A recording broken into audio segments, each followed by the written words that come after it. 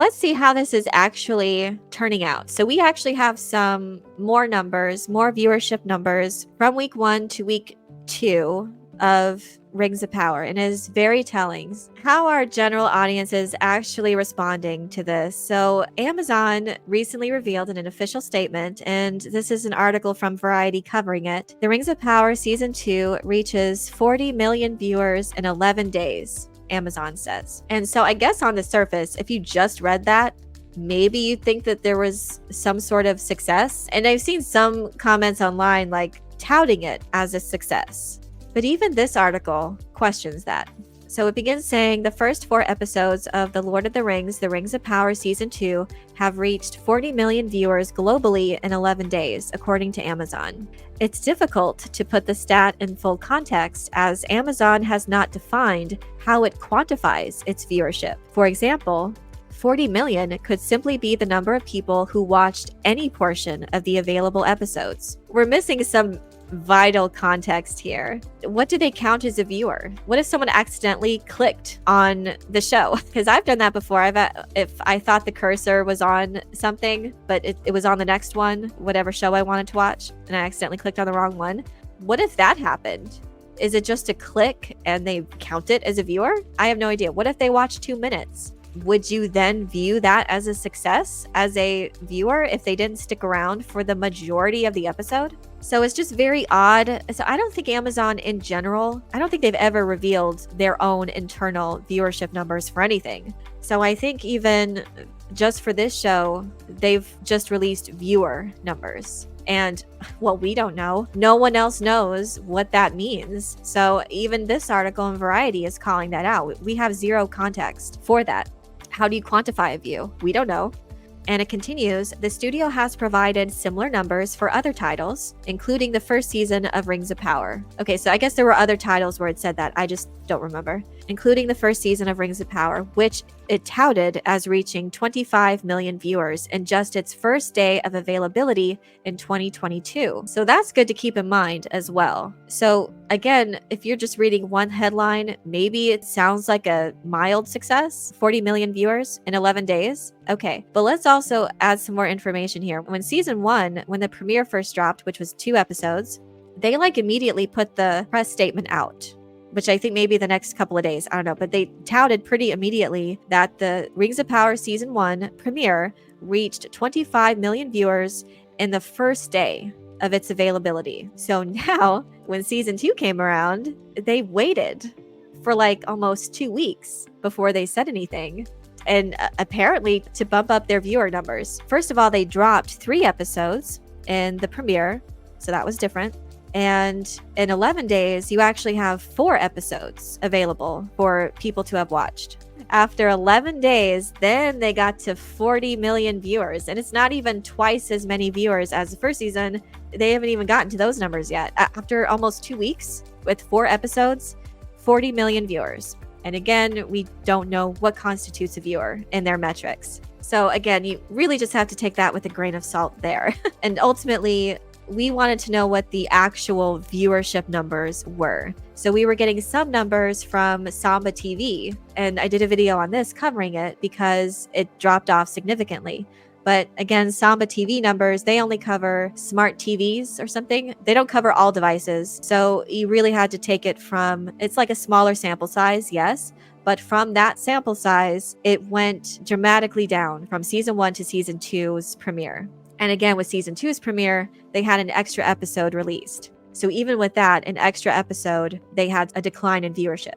So yeah, we just had that small taste or small just kind of gauge when it came to the viewership numbers with the Samba TV numbers. So now we have more data, and this is from Luminate streaming ratings. Rings of Power falls to number 4 as Perfect Couple leads with 3.4 billion minutes watched. And this is an article from Variety covering this. The Lord of the Rings of Power Season 2 suffered a major viewership drop in its second week on Luminate's weekly streaming originals chart. Last week, the Amazon Prime video series managed to nab second place with 764.7 million minutes watched in the first full week of availability of its first 3 episodes, combined with the first day of availability of its 4th episode. But during the September 6th through the 12th viewing window, which included the first full week of episode 4 and the first day of episode 5, it only hit 372.7 million minutes watched, landing in 4th place.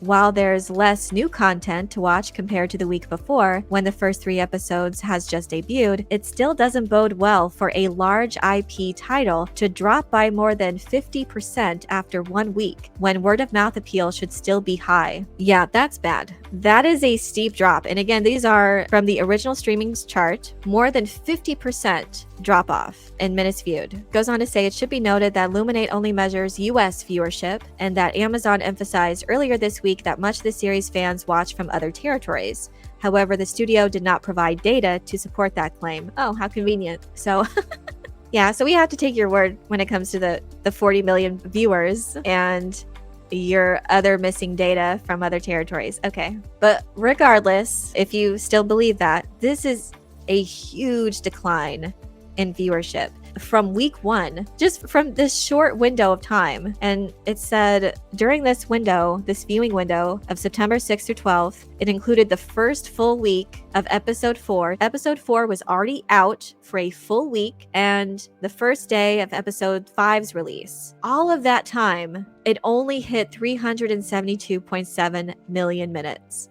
That's bad. For Lord of the Rings, and like I mentioned here, one of the most famous IPs, and this is Acolyte numbers, by the way. Episode 3 of The Acolyte had 370 million minutes viewed, and it just went down from there. But by the time episode 3 of The Acolyte premiered, it was at this number, 370 million minutes. And that's crazy. And of course, as we know, what happened to The Acolyte was canceled due to such a steep drop off in viewership numbers. It couldn't justify the immense cost of such a show, so they canceled it. So here we have the actual graph of it. And when you just hear the headline that it drops to number 4, you don't get the full context, I don't think, because it's not just number 4.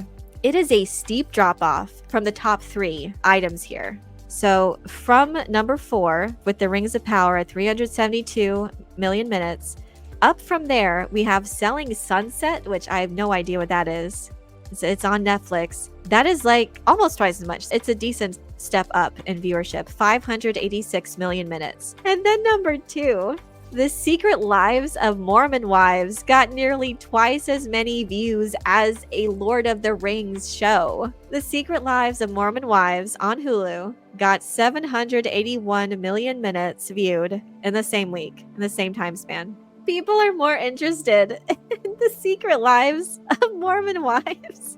Okay, and then in a very significant number 1, a very significant step up in views, at number 1 is The Perfect Couple, which I guess is what that Nicole Kidman show was that it said in the headline, has 3.4 billion minutes viewed. And to be honest, that's what this show should be getting. It should be getting billions of minutes viewed each week.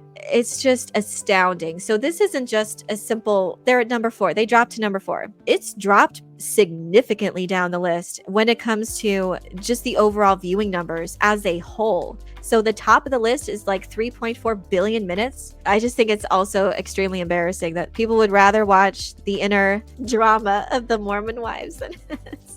Anything but topping the charts is a great disappointment considering the budget, yes. And Variety says this. They themselves, the industry experts, are saying this is really bad. A more than 50% drop in viewership, especially for the most expensive show ever. And I believe The Worst Ex Ever looks familiar too. On this list, it's at number 6. I'm pretty sure Worst Ex Ever beat Rings of Power in the previous week. But I think it was like a 4-episode true crime series. So it's still actually, for its stuff, maintaining pretty well, I think. But yeah, there's no excuse. There is no excuse, and really just speaks to the damage that was done with the fans. The fans, Lord of the Rings fans, don't play around. If you're bastardizing Tolkien's work, no, they're not having it.